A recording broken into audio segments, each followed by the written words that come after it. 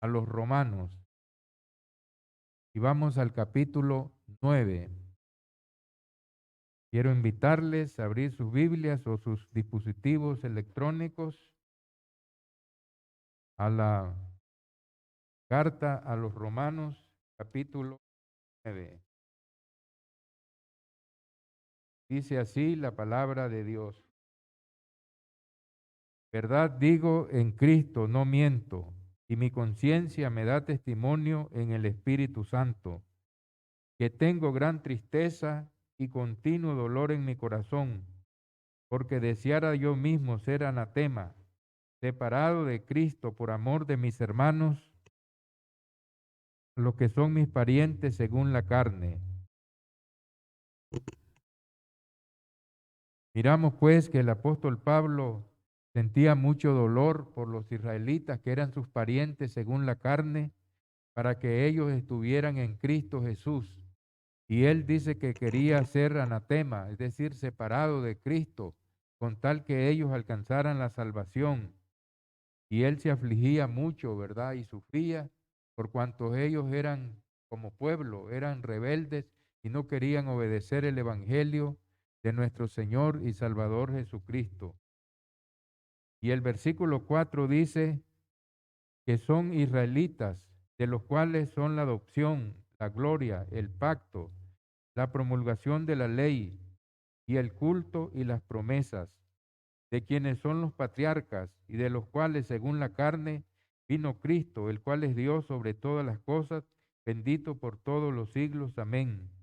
Miramos pues que como pueblo había sido el pueblo escogido de Dios y tenía un gran sinnúmero de bendiciones, los cuales estaban en completa ventaja con los gentiles, ¿verdad? Que eran paganos. Miramos entonces que ellos, ¿verdad? Eran israelitas, de los cuales era la adopción como pueblo escogido. Era la adopción como pueblo escogidos, la gloria, el pacto. Habían recibido el pacto en el monte Sinaí, la promulgación de la ley, el culto y las promesas que Dios le había hecho. En tu simiente serán benditas todas las familias de la tierra. La promesa hecha a Abraham, de quienes son los patriarcas, es decir, ellos eran los descendientes de los patriarcas, de Abraham, de Isaac, de Jacob, y de los cuales según la carne vino Cristo, el cual es Dios sobre todas las cosas y bendito por todos los siglos.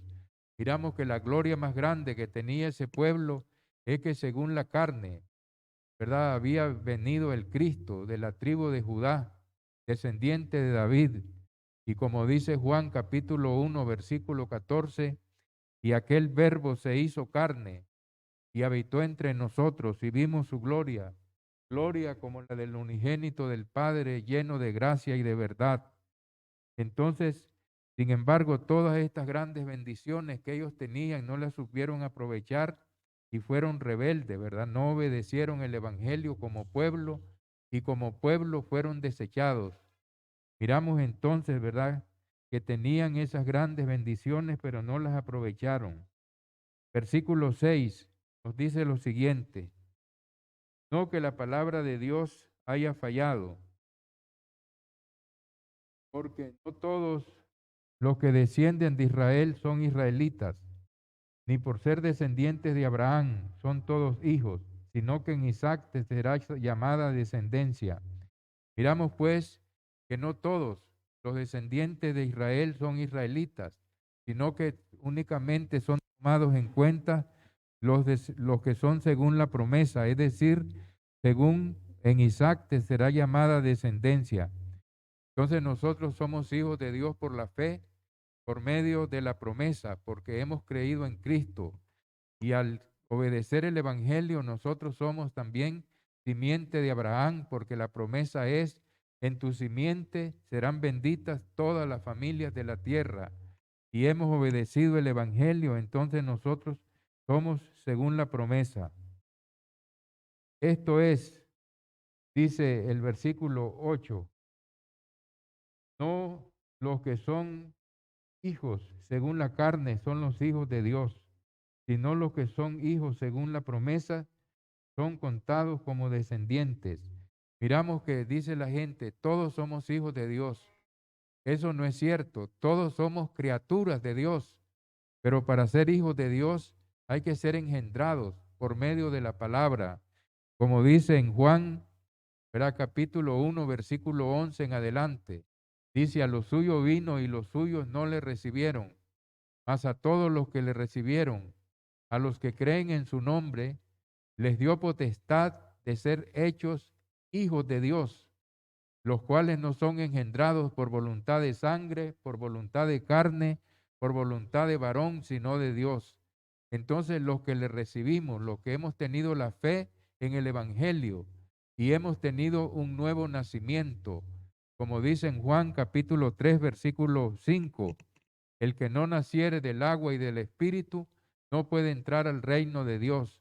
Entonces, para ser hijo de Dios hay que ser engendrados por medio de la palabra, por medio del Evangelio y nacer de nuevo del agua y del Espíritu, para ser lavado con la sangre del Cordero a la hora del bautismo, recibir el Espíritu Santo y recibir la adopción de hijos de Dios, no solamente por nacimiento natural. Estos son criaturas de Dios, son seres creados, pero para ser hijos se necesita ser engendrados y ser renacidos de nuevo para venir a formar parte de la familia de Dios. Lo que dice también Gálatas capítulo 3, versículos 26 y 27. Todos sois hijos de Dios por medio de la fe, porque todos los que habéis sido bautizados en Cristo Jesús, de Cristo estáis revestidos. Miremos pues lo que dice el versículo 9. Porque la palabra de la promesa es esta: por este tiempo vendré y Sara tendrá un hijo. Eso está en Génesis 18, versículo 10, ¿verdad? Cuando Dios le dio la promesa a Abraham de que Sara, ¿verdad?, iba a tener un hijo. Y no solo esto, sino que también cuando Rebeca concibió de uno, de Isaac, nuestro padre, pues no habían aún nacido, ni habían hecho aún ni mal ni bien, ni bien ni mal, para que el propósito de Dios conforme a la elección permaneciese, no por las obras, sino por el que llama. Y dijo, el mayor servirá al menor, como está escrito, a Jacob amé, mas a Esaú aborrecí. Miramos que eso está en Malaquías capítulo 1, versículos 2 y 3, donde Dios se refiere no a los dos niños, sino a los dos pueblos, porque dice que Jacob amó, porque escogió al pueblo de Israel para que fuera el pueblo escogido, por el cual viniera, ¿verdad?, la simiente, es decir, Cristo Jesús, naciese, ¿verdad?, de la tribu de Judá, del linaje de David, y viniera a redimir al mundo. Pero del pueblo de Edom, por medio de la apostasía y la maldad de ellos, lo destruyó, ¿verdad? Porque no fueron obedientes, sino desobedientes. Dios castigó a su pueblo cuando se rebeló contra él, pero los dejó un remanente porque se acordó de las promesas hechas a Abraham, a Isaac y a Jacob. Entonces, ¿verdad? Ahí se cumple la profecía que dice, como está escrito, Jacob amé, mas a Esaú aborrecí. ¿Qué pues diremos? ¿Que hay injusticia en Dios? En ninguna manera. Porque a Moisés dice, tendré misericordia del que yo tenga misericordia y me compadeceré del que me compadezca. Así que no depende del que quiere ni del que corre, sino de Dios que tiene misericordia. Miramos pues que no hay ninguna injusticia en Dios, porque dice que a Moisés le dice, tendré misericordia del que yo tenga misericordia y me compadeceré del que me compadezca. ¿Cómo se puede obtener la misericordia de Dios? Dice que el que confiesa su pecado y se aparta, alcanzará misericordia, pero el que lo encubre no prosperará. Entonces, para alcanzar la misericordia de Dios, hay que apartarse del pecado, de la maldad, de la injusticia, de las inmoralidades, de todas las detracciones y poder obedecer el Evangelio, ser bautizado, ser lavado con la sangre de Cristo y después del bautismo, ser fiel hasta la muerte, apartándonos del mal, siguiendo cada día fiel al Señor, como dice, ¿verdad?, Hebreos capítulo 10, versículo 25. Dice, no dejando de congregarnos como algunos tienen por costumbre, sino exhortándonos, tanto más cuando veas que aquel día se acerca. Miremos pues que debemos estar preparados para aquel día, es decir, el día del Señor, que vendrá como ladrón en la noche. Debemos de estar preparados para que no nos sorprenda desprevenidos, sino que estemos listos y nos diga, ¿verdad? Venid, buen siervo y fiel, en lo poco fuiste fiel, en lo mucho te pondré. Entra al gozo de tu Señor. Entonces dice que Él tendrá misericordia, ¿verdad? Tendré misericordia del que yo tenga misericordia y me compadeceré del que me compadezca. Así que no depende del que quiere ni del que corre, sino de Dios que tiene misericordia. Ya dijimos cómo se alcanza la misericordia. El que confiesa su pecado y se aparta, alcanzará misericordia. Mas el que lo encubre no prosperará. Pues la Escritura dice de Faraón, a Faraón, para eso mismo te he levantado para mostrar en ti mi poder, para que mi nombre sea anunciado por toda la tierra. De manera que quien quiere tiene misericordia y al que quiere endurecer, endurece. Miremos pues que Faraón fue endurecido. ¿Y por qué fue endurecido? Porque cada vez que se le presentaba la oportunidad de que Dios le quitara las plagas, entonces venía y le decía a Moisés, ¿verdad? Ora a Dios para que me quite este azote, esta plaga. Venía Moisés y oraba y Dios le quitaba la plaga. Entonces él, donde miraba que la plaga se había quitado, se endurecía más y no obedecía, no dejaba salir al pueblo. Entonces de esa manera se endurecía el corazón de Faraón. Pero me dirás, ¿por qué pues inculpa? Porque ¿quién ha resistido a su voluntad? Mas antes, hombre, ¿quién eres tú para que alterques con Dios? Dirá el vaso de barro al que lo formó, ¿por qué me has hecho así? Entonces dice que nosotros no podemos altercar con Dios, porque el vaso de barro no puede decirle al alfarero, ¿por qué me has hecho así? ¿O no tiene potestad el alfarero sobre el barro para hacer de la misma basa un vaso para honra y otro para deshonra? Pues qué, si Dios, queriendo mostrar su ira y hacer notorio su poder, soportó con mucha paciencia los vasos de ira preparados para destrucción, y para hacer notorias las riquezas de su gloria, las mostró para con los vasos de misericordia que él preparó de antemano para su gloria.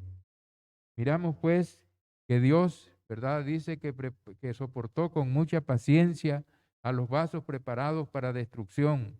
Los vasos preparados para destrucción fue el pueblo de Israel, pero ellos mismos se prepararon siendo desobedientes, rechazando a Jesucristo cuando Él vino, ¿verdad? Crucificándolo. Dice que lo negaron y pidieron a un homicida. Entonces se prepararon para la destrucción. Entonces miramos pues lo que sigue diciendo, ¿verdad?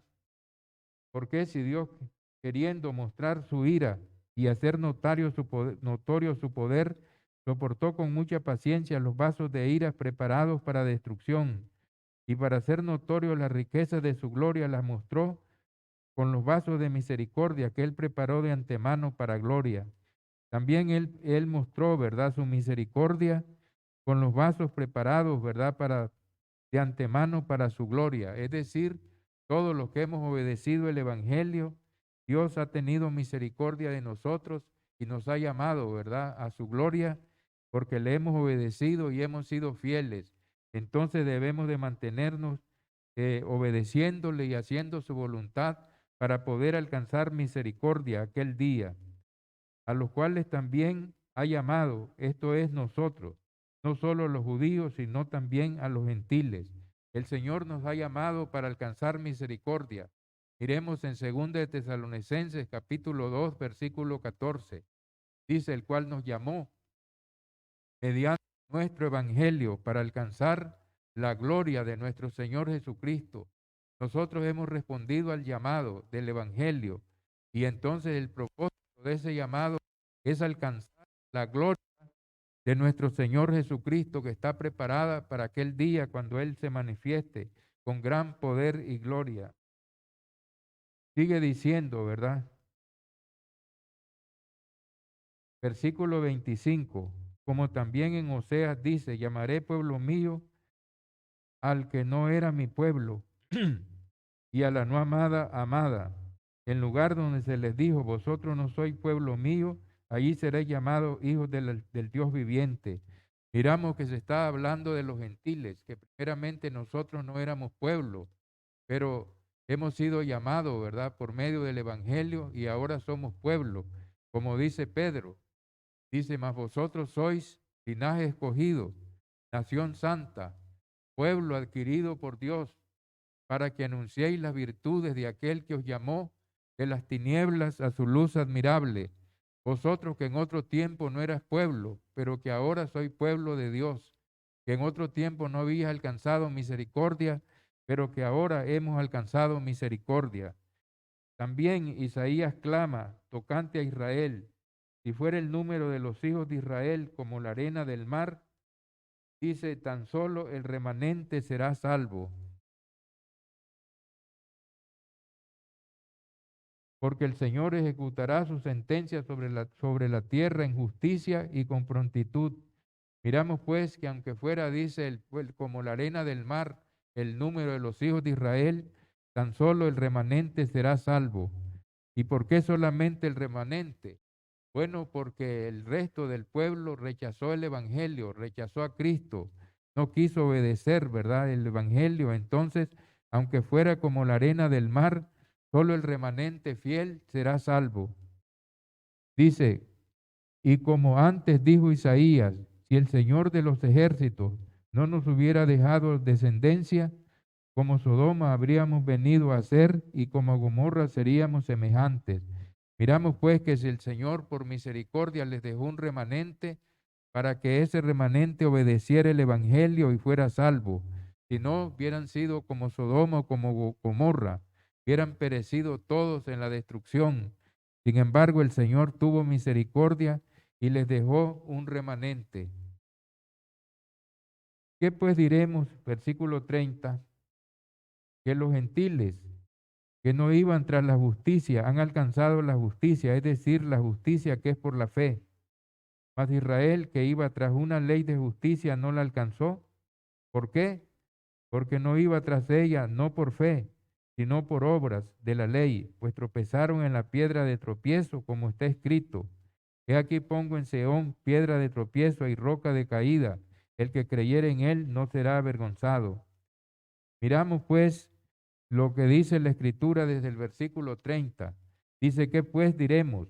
Que los gentiles que no iban tras la justicia han alcanzado la justicia, es decir, la justicia que es por la fe. Miramos que los gentiles, ¿verdad?, no tenían ley, vivían en el paganismo, lejos de los pactos, de las promesas, sin esperanza, sin Dios en el mundo. Sin embargo, no íbamos tras la justicia, ¿verdad?, por la fe. Sin embargo, la hemos alcanzado.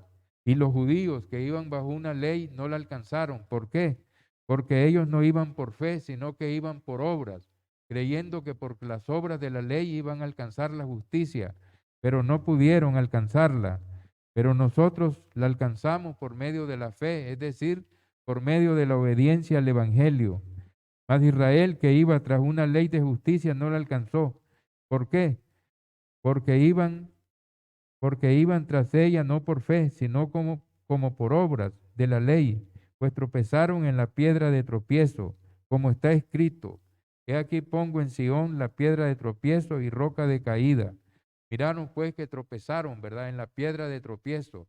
¿Y por qué fue piedra de tropiezo? Porque fueron desobedientes, porque no obedecieron el Evangelio, sino que lo rechazaron.